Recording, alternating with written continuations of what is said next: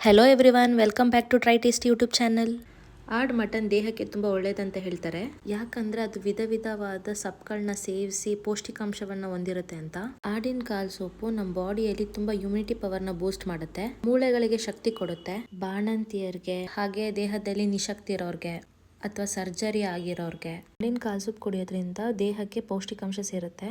ಅದಕ್ಕೆ ಇವತ್ತು ನಾವು ಆಡಿನ ಕಾಲ್ ಸೂಪ್ ಹೇಗ್ ಮಾಡೋದು ಅಂತ ನೋಡೋಣವಾ.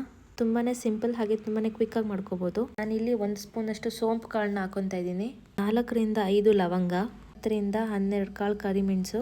ಈ ಸೂಪ್ನ ನೀವು ಬಾಣಂತಿಯರಿಗೆ ಕೊಡ್ತಿದ್ದೀರಾ ಅಂದ್ರೆ ನೀವು ಕರಿಮೆಣಸನ್ನ ಹೆಚ್ಚಾಗಿ ಹಾಕೊಳ್ಳಿ, ಮೆಣಸಿನಕಾಯಿನ ಬಳಸಕ್ ಹೋಗ್ಬೇಡಿ. ಸೈಜ್ 2 ಈರುಳ್ಳಿನ ಕಟ್ ಮಾಡಿ ಹಾಕೋತಾ ಇದ್ದೀನಿ. ಇದು ಪೂರ್ತಿ ಬೆಳ್ಳುಳ್ಳಿನ ಬಳಸಿ. 1 ಇಂಚ್ ಶುಂಠಿ, 4 ಪೀಸ್ ಚಕ್ಕೆ, ಹಸಿ ಮೆಣಸಿನಕಾಯಿ ಆಪ್ಷನಲ್. ಇಲ್ಲಿ 4 ಹಾಕೋತಾ ಇದ್ದೀನಿ. ಇಡಿಯಷ್ಟು ಕೊತ್ತಂಬರಿ. ಸ್ವಲ್ಪ ನೀರ್ ಸೇರಿಸಿ ನುಣ್ಣಗಾಗೋವರೆಗೂ ರುಬ್ಕೋಬೇಕು. ಹೆಚ್ಚಾಗಿ ನೀರ್ ಸೇರಿಸದೆ ರುಬ್ಕೊಳ್ಳಿ. ರುಬ್ಬಿರೋ ಮಿಶ್ರಣದಿಂದನೇ ಸೂಪ್ ಟೇಸ್ಟ್ ಡಿಪೆಂಡ್ ಆಗುತ್ತೆ. ರುಬ್ಬಿದ ನಂತರ ನಾನಿಲ್ಲಿ ಕುಕ್ಕರ್ನ ಬಳಸ್ತಾ ಇದ್ದೀನಿ. ಕುಕ್ಕರ್ಗೆ 4 ಟೇಬಲ್ ಸ್ಪೂನ್ ಎಣ್ಣೆ ಹಾಕೊಳ್ಳಿ. ಅದಾದ ನಂತರ ರುಬ್ಬಿರೋ ಮಿಶ್ರಣನ ಸೇರಿಸ್ಕೋಬೇಕು. 1 ಸ್ಪೂನ್ ಅರಿಶಿನ ಹಾಕೊಳ್ಳಿ. ಆಡಿನ ಕಾಳುಗಳನ್ನ ನಾನು ಆಲ್ರೆಡಿ ತೊಳ್ಕೊಂಡಿದ್ದೀನಿ. ಇದನ್ನು ರುಬ್ಬಿರೋ ಮಿಶ್ರಣ ಜೊತೆ ಸೇರಿಸಿ ಸ್ವಲ್ಪ ಫ್ರೈ ಮಾಡಿ. ರುಚಿಗೆ ತಕ್ಕಷ್ಟು ಉಪ್ಪು ಸೇರಿಸಿ ಬಾಡಿಸಿ ಸ್ವಲ್ಪ. ಇಲ್ಲಿ ನಾನು 5 ರಿಂದ 6 ಗ್ಲಾಸ್ ನೀರನ್ನ ಸೇರಿಸ್ಕೊತಾ ಇದ್ದೀನಿ.